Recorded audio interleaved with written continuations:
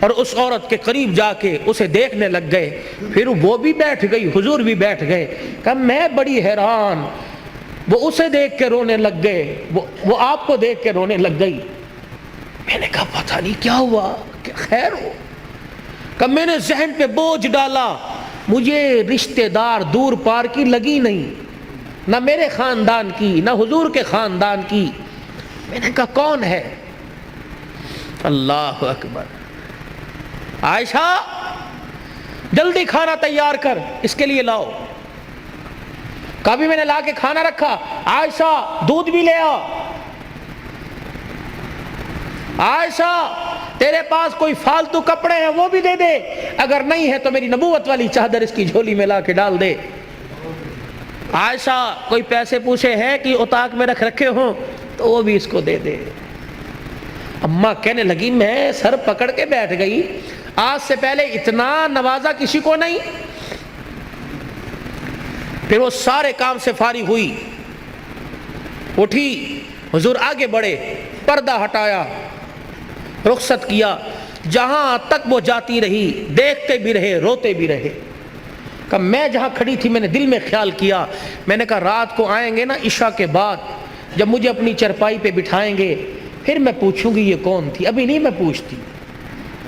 سیدہ عائشہ رضی اللہ تعالی عنہ کہتی ہیں بستر پر آ کر رحمت دو عالم صلی اللہ تعالی علیہ وسلم لیٹ گئے اور آنکھیں مبارک بند کر لی اور اپنی دونوں مبارک کلائیاں اپنے چہرے کی طرف اپنے چہرے پہ رکھ کے کروٹ کے بل لیٹ گئے.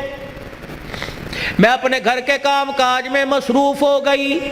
تھوڑی دیر میں مجھے بستر انور سے, وجود انور سے رونے کی آواز آئی. میں نے چھلانگ ماری بستر پہ, حضور علیہ السلام کی کلائیاں مبارک اپنے ہاتھوں سے پکڑ کر میں نے یوں چہرے مبارک سے ہٹائی. دیکھا پورے رخسار پر پوری داڑھی آنسوؤں سے بھری پڑی ہے. میں نے کہا سونے ماں باپ قربان ہو جائیں, مجھے بتاؤ کس چیز نے رلا دیا, میری خدمت میں کوئی کمی نہیں. کہنے لگے میرا ہاتھ پکڑ کر, میرا بازو پکڑ کے اٹھے, میری طرف منہ کر کے کہنے لگے اے عائشہ پوچھنا چاہتی تھی اتنے احسانات کیوں کیے, پوچھنا چاہتی تھی یہ عورت کون ہے. اے عائشہ یہ میری رشتہ دار نہیں بلکہ میری خدیجہ الکبریٰ کی سہیلی تھی.